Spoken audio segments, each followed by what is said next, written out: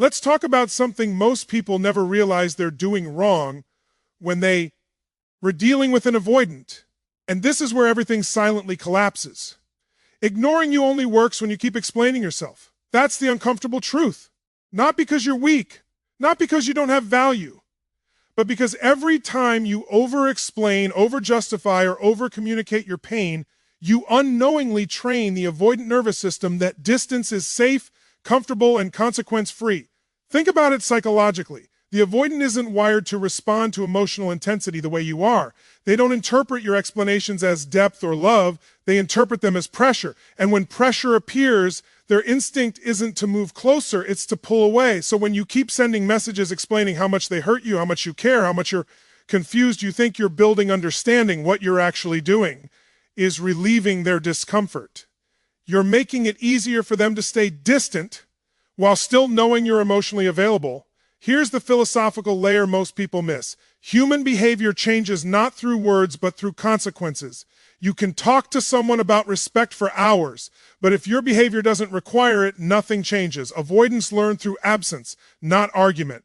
They learn through pattern disruption, not emotional persuasion. And every explanation you give becomes a psychological cushion that protects them from ever feeling the weight of losing you.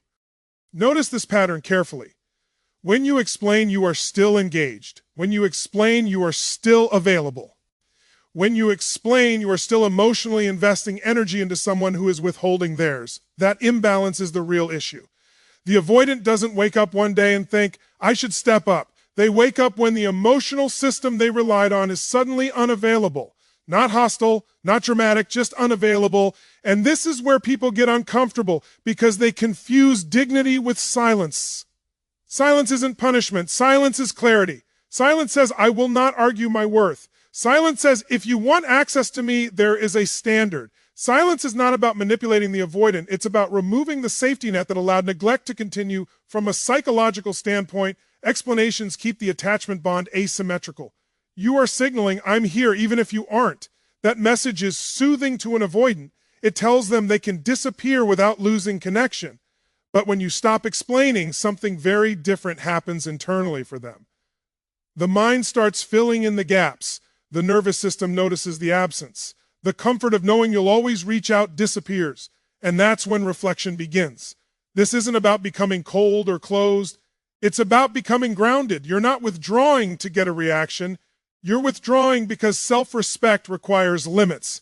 And limits are only real when they're enforced through behavior, not speeches. Here's the paradox. The moment you stop trying to be understood is often the moment you finally are. Because understanding doesn't come from hearing your words. It comes from feeling your absence. An absence, when paired with calm confidence, creates a psychological vacuum the avoidant can't ignore. So if you want to teach an avoidant the price of ignoring you, it starts here. You stop explaining. You stop narrating your pain. You stop rescuing the connection alone. Not because you don't care, but because you care enough about yourself to let reality speak louder than your emotions ever could. And the reflection I'll leave you with is simple but unsettling. If someone only values you when you explain yourself, they never valued you, they valued your availability. Now here's where most people misunderstand silence, and this misunderstanding is why it fails for them. Silence becomes powerful only when it comes with self-elevation. Without that, silence is just waiting. And waiting is still attachment in disguise. A lot of people go quiet, hoping to be missed, hoping the avoidant will suddenly wake up, feel the loss, and come running back. But psychologically, that kind of silence is still reactive. It's still centered on the other person. And avoidants can feel that. They sense when your silence is empty, when it's filled with anxiety, rumination, and anticipation. That kind of silence doesn't unsettle them. It reassures them. It tells them, I'm still here emotionally. I'm just quieter. Powerful silence is different. Powerful silence isn't about absence alone. It's about transformation. It's when your absence is paired with visible emotional stability, groundedness, and forward motion. That's when the dynamic shifts. Because now the avoidant isn't just dealing with the loss of contact. They're dealing with the loss of influence. From a psychological standpoint, avoidants regulate their nervous system through distance. They feel safest when intimacy is controlled, predictable, and on their terms. As long as you remain emotionally stagnant, waiting, watching, hoping, they don't feel threatened. But when your silence is paired with self-elevation, something happens internally for them. Their usual strategy stops working. Self-elevation doesn't mean pretending to be happy or posting performative confidence. It's internal first. It's when you stop organizing your inner world around their behavior. Your days become fuller. Your identity becomes less relationally dependent. Your emotional state becomes less reactive. And here's the key. You don't announce this shift. You embody it. Avoidants are extremely sensitive to emotional pressure, but they're also highly attuned to emotional absence. When you elevate yourself, your energy changes. You're no longer reaching. You're no longer available on demand. You're no longer subtly signaling, please choose me. That's when their nervous system starts scanning for what changed. Philosophically, this is about reclaiming authorship over your own life. When your worth is tied to someone else's attention, silence feels like deprivation. But when your worth is anchored internally, silence becomes space. Space to grow, to stabilize, to expand. And expansion is threatening to an avoidant who assumed you would always stay where they left you. This is why some people go silent and nothing happens, while others go silent and trigger a complete internal shift in the avoidant. The difference isn't time, it's posture. One person withdraws and waits, the other withdraws and rises. When self-elevation is present, your silence communicates something words never could. It says, my life is moving. It says, I am no longer paused. It says, you are no longer the center of my emotional universe. And that message lands deeply because it removes the avoidant sense of control without confrontation or conflict. Here's the uncomfortable truth. Avoidants don't fear losing you emotionally as much as they fear losing relevance in your life. When they sense that you're no longer orienting around them, their internal balance is disrupted. The distance that once felt safe starts to feel uncertain. And notice, you didn't chase, you didn't punish, you didn't manipulate. You simply chose growth. That's why this works. Because it's not about getting a reaction. It's about becoming someone who no longer needs one. Silence without self-elevation is passive.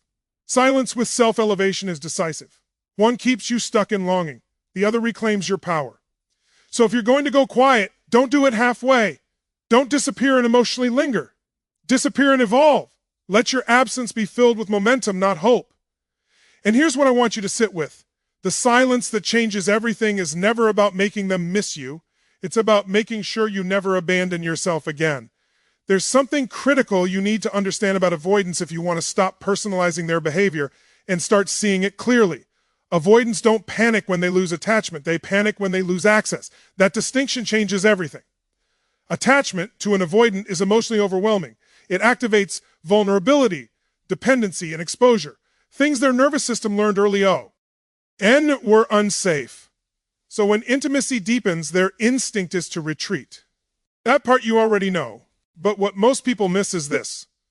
While they pull away from emotional closeness, they still rely on access to you, access to your attention, access to your availability, access to the reassurance that you're still there, still waiting, still reachable. As long as that access exists, they don't feel urgency. They don't feel lost. They feel regulated. Psychologically, access is their safety net. It allows them to maintain distance without consequence. They can ignore messages, delay responses, disappear emotionally because somewhere in the background, they believe you're still emotionally connected, still thinking about them, still open, still an option. And as long as they believe that, their system stays calm. This is why emotional appeals don't work. This is why explaining your feelings doesn't shift their behavior.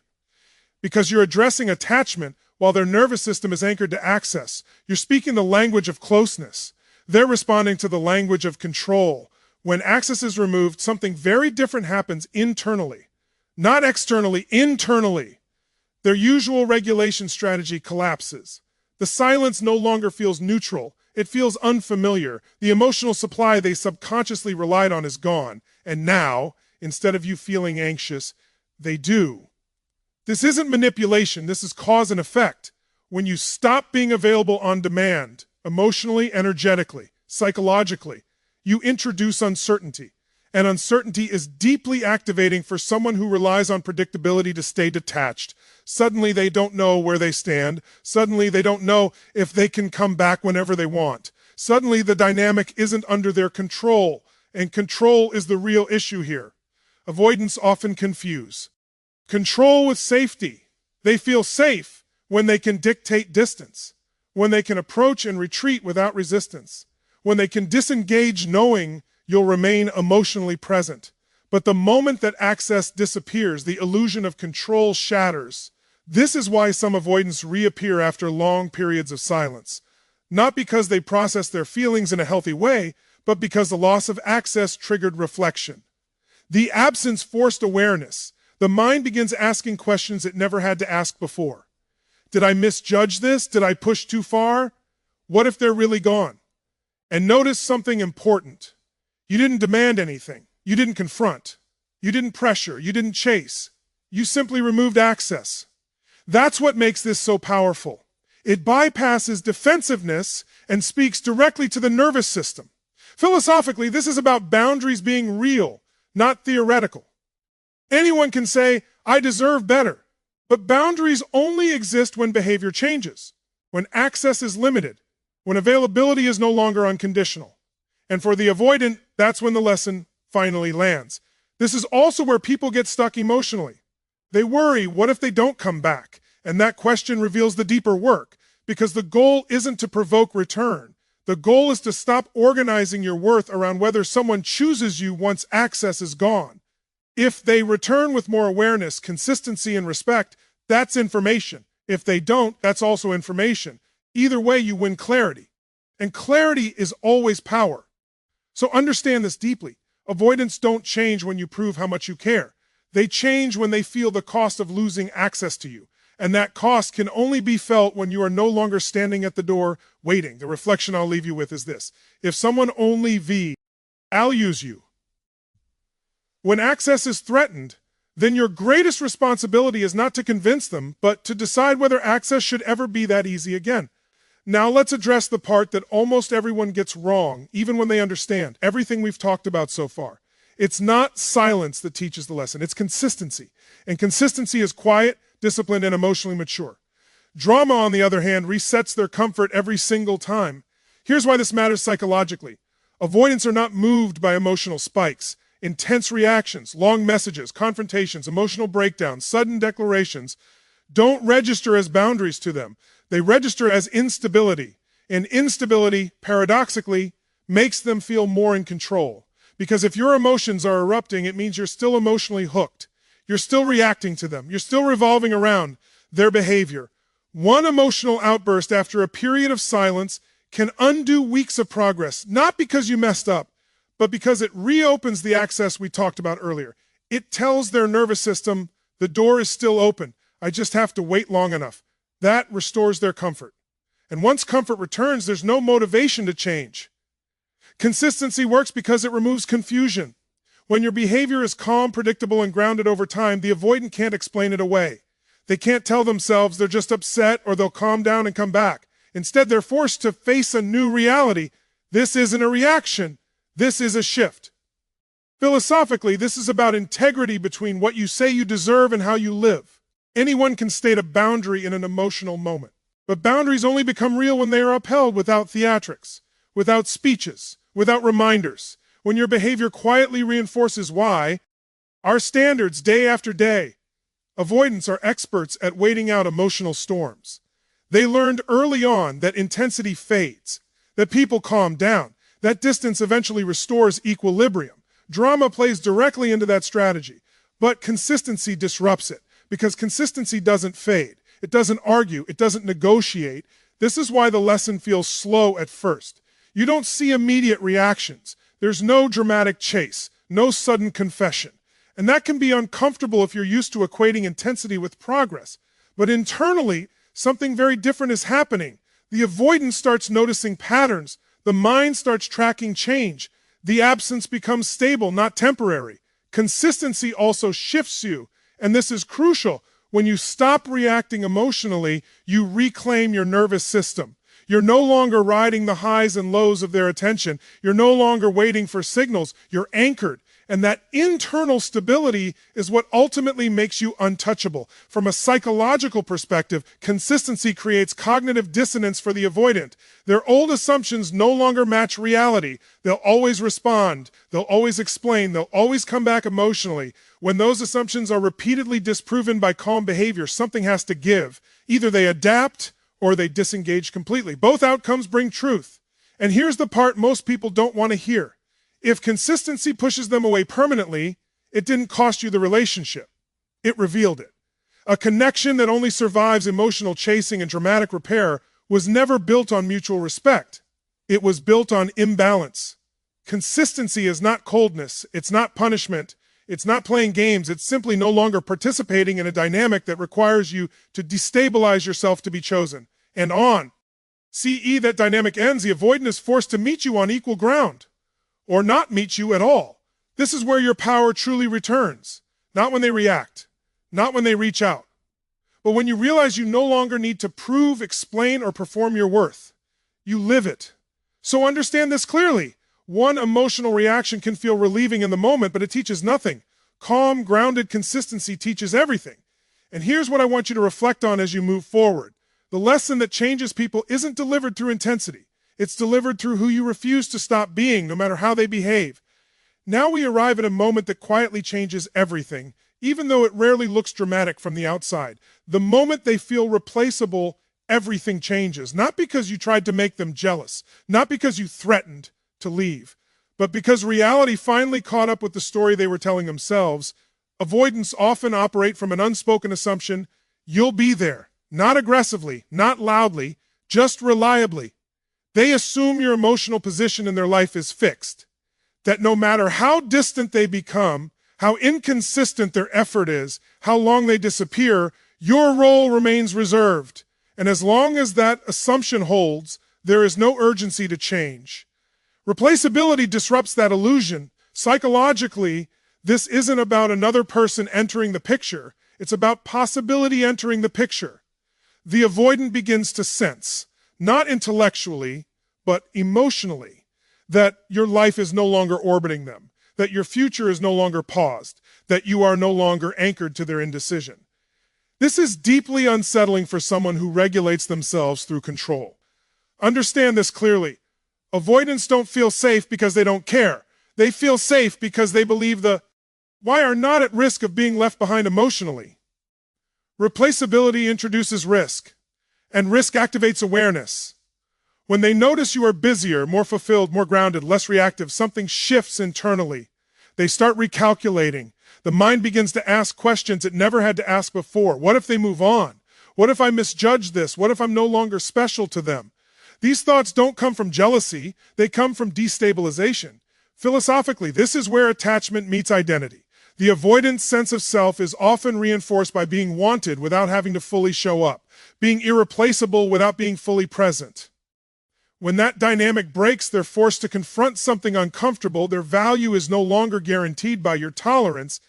And here's the paradox most people miss.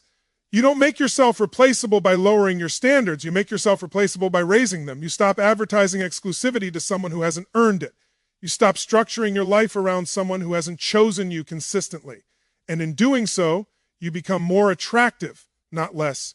Why? Because grounded independence signals abundance. And abundance is magnetic. It says, I choose, I'm not waiting to be chosen. That posture fundamentally changes the power dynamic. This is also where many people sabotage themselves. They think replaceability must be communicated, explained, announced.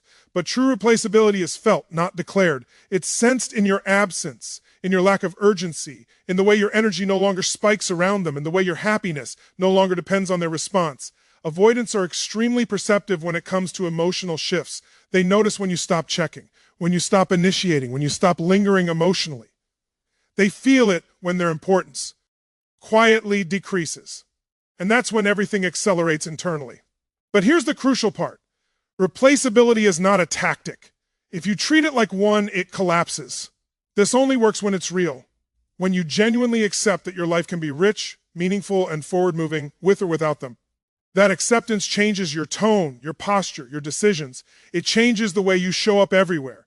And if they respond to that shift by stepping up, by becoming more present, more consistent, more emotionally available, that's information.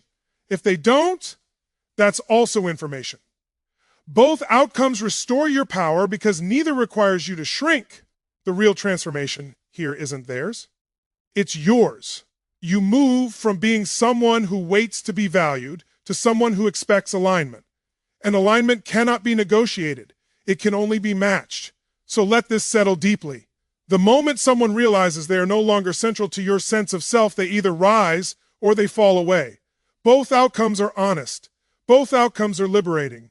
And the reflection I'll leave you with is this: the day you stop trying to be irreplaceable is often the day you finally become impossible to ignore. And now we reach the point that most people never fully grasp, even after they've done everything right.